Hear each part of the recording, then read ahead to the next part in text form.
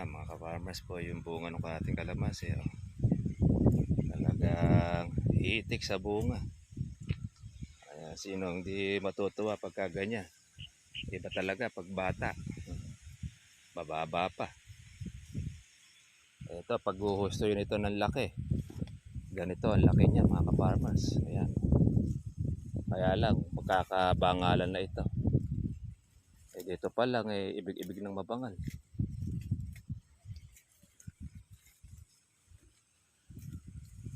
Gandahan ito, nasingit pa sa presyo.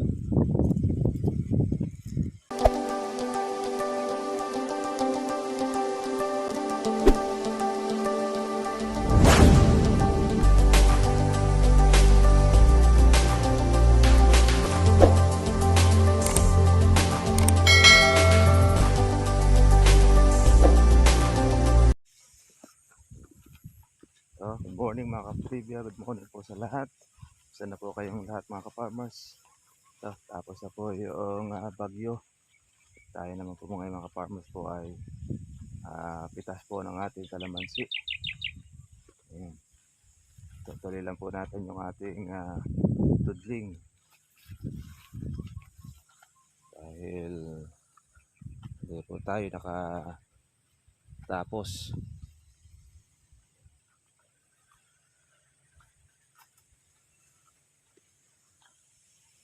Kumusta na po lahat?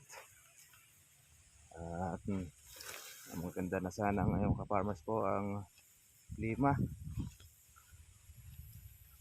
Ito natin yung ating pinitas kahapon. Ayan, naka 24 po tayo mga ka-farmers. Ayan, ang presyo natin. Ayan, the same. 1.5. Ay, napakaganda ng halaga ng kalamansi. Tuminag po uli. Sa iba ay mas mataas, iba naman mas mababa. Iba-iba po ang presyo mga ka-farmers. Depende po yan doon sa yung hango o kuha ng mga ahente tsaka po ng mga buyer. Hindi na po masama yun. Meron tayong pitas na 1.5 isang bag. Kaya solid naman dahil nakalaki naman po itong ating kalamansi. Ayan o. Sana po ay magandang panahon ngayon. Kasi umulan po kagabi kaya putik ang daan. Mahirap po kasi rito pagka po umuulan. Nalulusak ang daan niya. Hindi pa siya ganun kaayos. Lalo na't pagka nadadaanan po ng mga kalabaw. Yung kariton. Ayan, naka-laylay po ang bunga ng ating kalamansi. Malutong. Kaya masarap po siyang pitasin. Mga ka-trivia. Ang iiwasan lang natin dito yung pong mapiklat. Mga ka-farmers. Para hindi po maluto o yung ma-reject. Kahapon ay masaya ang mga buyer na kumuha ng ating kalamansi dahil malalaking araw tsaka po bata ang bunga. Wala po silang reklamo. Diba kasi pagka po ganyan ang kalamansi, maganda nilang naipi-dispose. Pero pagka ang kalamansi ay maliliit, tapos ay matandang puno, binabarat po ng mga ahente at buyer. Pahalos. Pero pagka yung lasa, pare-paras lang po ang lasa, maasim. Pero pagdating doon sa presyo, kakaiba-iba na. Dahil syempre, ang tinitingnan nila po yung itsura. Bagay sa tao kasi ganun eh. Pag may itsura, marami nagkakakrusunada. Pero pagka hindi gano, hindi masyadong mabenta. Pitas-pitas tayo mga farmers. Good morning sa lahat. Happy farming sa lahat po ng ating mga may kalamansian, lalo na po sa mga may pitasin. Shout out. Ayan, no. Kumpul-kumpulan ang ating pitas, ang bunga. Kapag ganito, bawal po natin punuin ng husto ang ating kandongga para maiwas po yung luto. Kaya yan po ang technique natin. Kailangan nito ay pag medyo mabigat-bigat na, mahalayhay na sa ating tinuran para siya mahanginan. Ayan, yung mga dulo.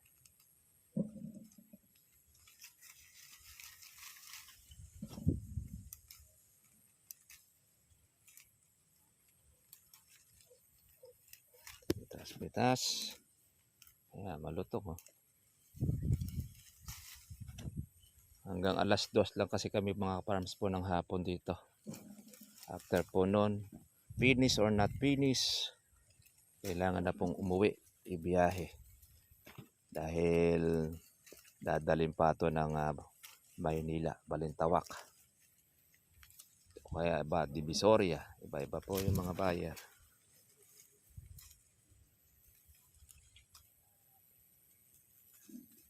Kaya yun lang po ang oras natin. Pero sa Pampanga, ay kahit anong oras, kahit gabi pick upin, walang problema. Kaya lang ito kasi sa Maynila, kaya gabi ang biyahe. Gabi ang palengke. Ayun naman itong kalamansi mga ka-farmers ay nakalaki. Hindi man po siya ganung sobrang laki. At least may gaspang. Yan, pitas-pitas tayo. Mga katribya.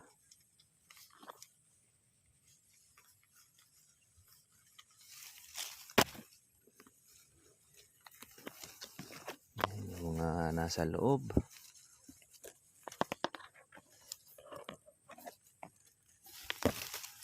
Ingat lang po sa piglat para hindi po maluto.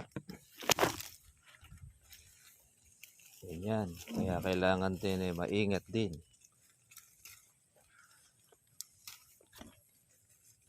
Para at least ay hindi magreklamo ang buyer.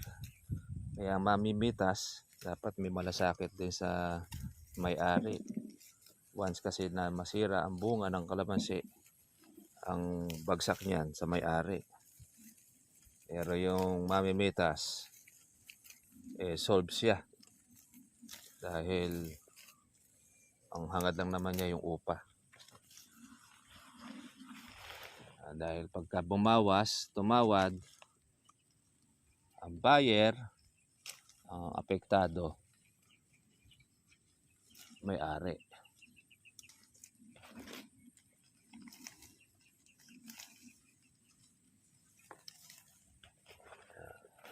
Hanggang doon sa ibaba, maraming bunga. Hanggang doon sa ibabaw.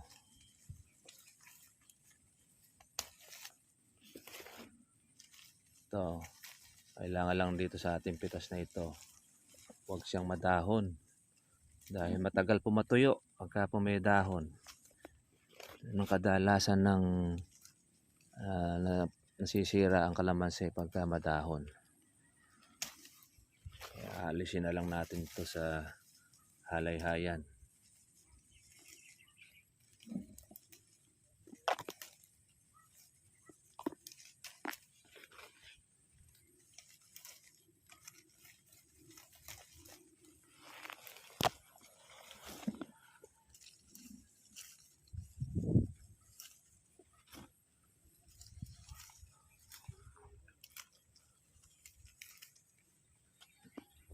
Sige, tapos na po tayo ulit. Okay na, sad-sad na po natin ito. Nagbubukas ulit tayo ng panibago.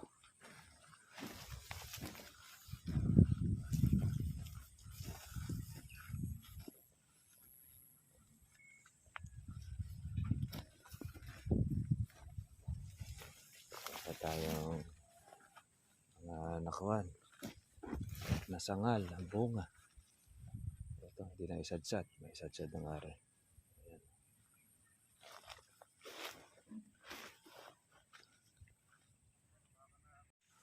Mga ka-farmers po yung bunga ng ating kalamansi. Oh.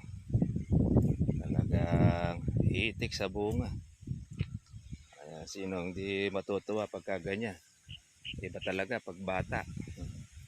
Bababa pa. Ito, pag huhustoy nito ng laki. Ganito ang laki niya mga ka-farmers. Ayan. Kaya lang, magkakabangalan na ito. Dito pa lang, ibig-ibig ng mabangal.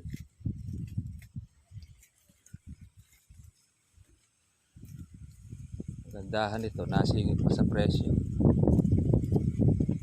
Kaya sulit ang alaga. Galing ang timing. Kaya minsan, maganda rin minsan pagka may pagkit, mataas ang produkto. Kaya lang yung mga gulay, pero minsan mababa. Kaya nung kamatis, oo, sira. Siling labuyo, nasa 40 kuha. 400 lang yun. Pagka pala nyo na yung isag eh. Ewan ko lang ang kabilang kabilang. Yan pala, may puno na. Kapal. Kaya iba talaga pagkabatang magbunga. Sa susunod na taon pa yan. Lalong hahataw yan mga farmers. Dito pa lang kami sa dulo. Kaya kahapon naka-24 tayo ng redback. Ngayon, dito kasi namin nasa 15 redback. Marami pang mga matitira yan. Saka yung mga maliliit. Pag lumaki yung mga gasaresa na yan, parang hindi binawasan uli. Ganyan, napakasipag ng kalamansi.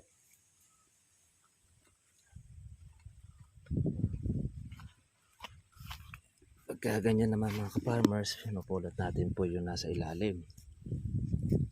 Dahil sayang yan.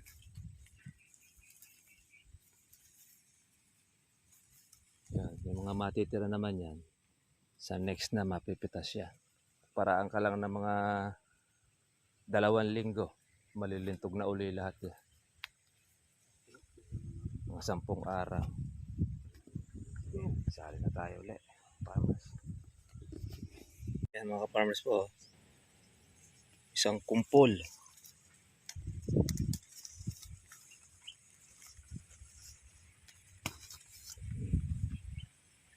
Ang laman niya ay 6. Para siyang ubas mga ka-farmers. Lalaki pa.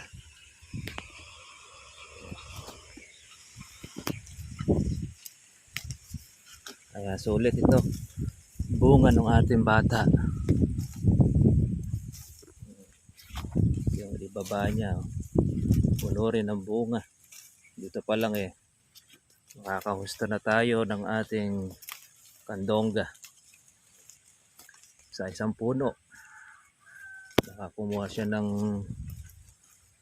6 hanggang 7 kilo. Kung ito ay makakalaki, baka mahigit kalahating bag. 2 taon pa lang, ganito na siya.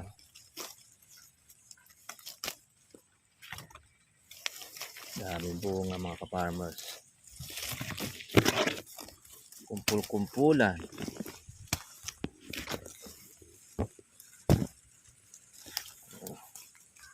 Sarap kong pitasin.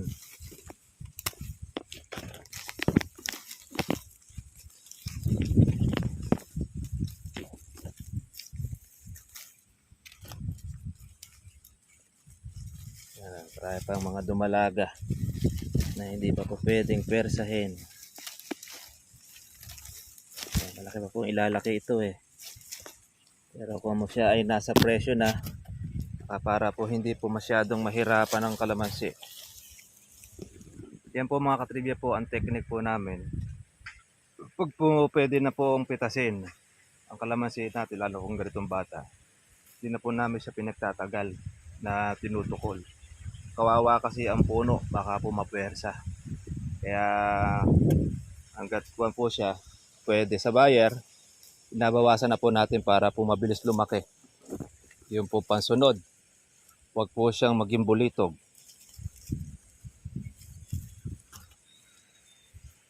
Lalaki po ulit yung kasunod niyan. Sa isang puno natin, ito na po yung ating napipitas. Hindi pa po tayo tapos. Ito, sa may tagliran pa lang. Meron pa tayo sa baba. Nakalaylay po ang bunga. Napakagandang bunga, makintab, makinis. Ito ang bunga ng organic fertilizer. Hindi nawawala po ang organic natin dito sa paglalagay. Kaya nakikita namin sa inyo.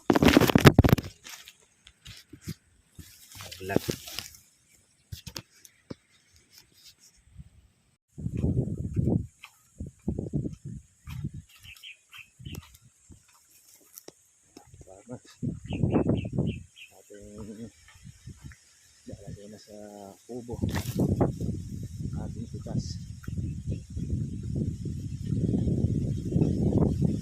Ito lang ay talaga ang panahon.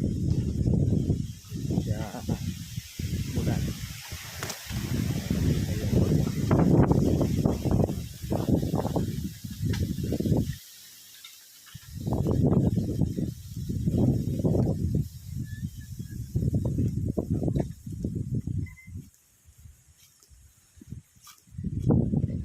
Kubo. Rin itong ating dalahin.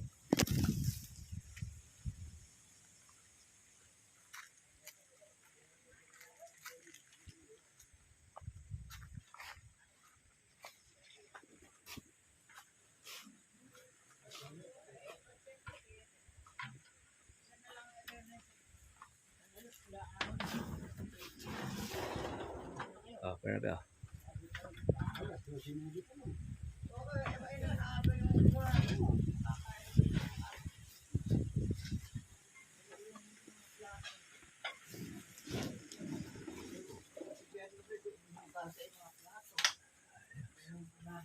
Ito mga ka-farmers, isang puno nating pitas, marami pang natira.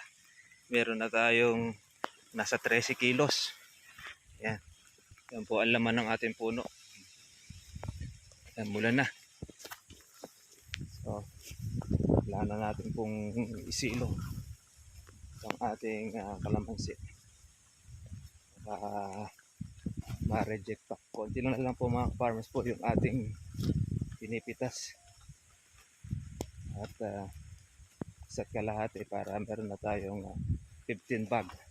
Kaya lang, mula. Kaya kailangan muna nating i-save ang ating pandongga.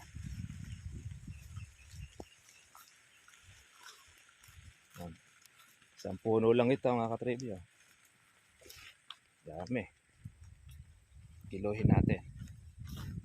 Meron tayo mga natira dyan sa puno. Kayon ay lumaki. Kaya pagka po talaga maraming bunga kalamansi, pwedeng kumuha po ng 20 kilos.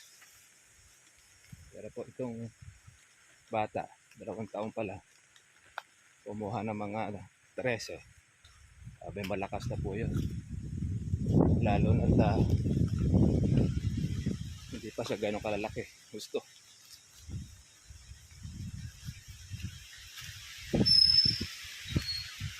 Ito na nagkakon.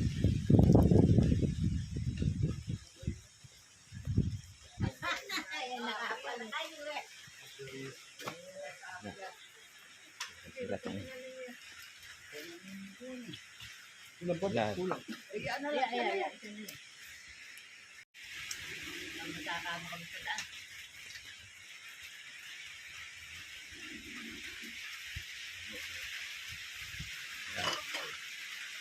Mga ka-farmers. Ang ating pang 15. Eh, iba yun. Hindi ko malala yun. Yung kay Dino kasi LG. Hindi pa. Ang pinuntahan lang namin, Loli, isa lang nila Ang karami. mga kinawa nila.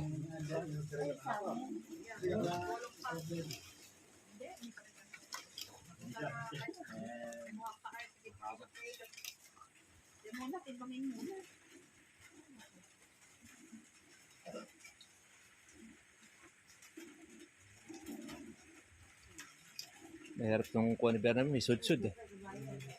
Mga sudsud sa kuha. Kuko. Mayroong nasudsud eh. Ano ko lang kung nawala na isak.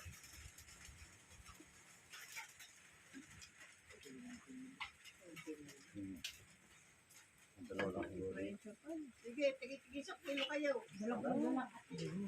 Kalahati. Sa malapit mo. Pagkalunguan niyo itong madali. Kilo lang.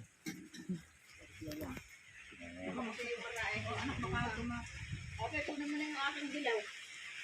Bibiyahe ko yung bungo sa Manila. Dadali nga sa Kalabaw. Matakayan din niya mga farmers. Oh. 30. Sila lahat yan. 34. 24 kahapon. 39. 39. Ito lang yung dilaw niya mga kataribya. Yan. Ayun. 6 na kilo. Loaded na ano.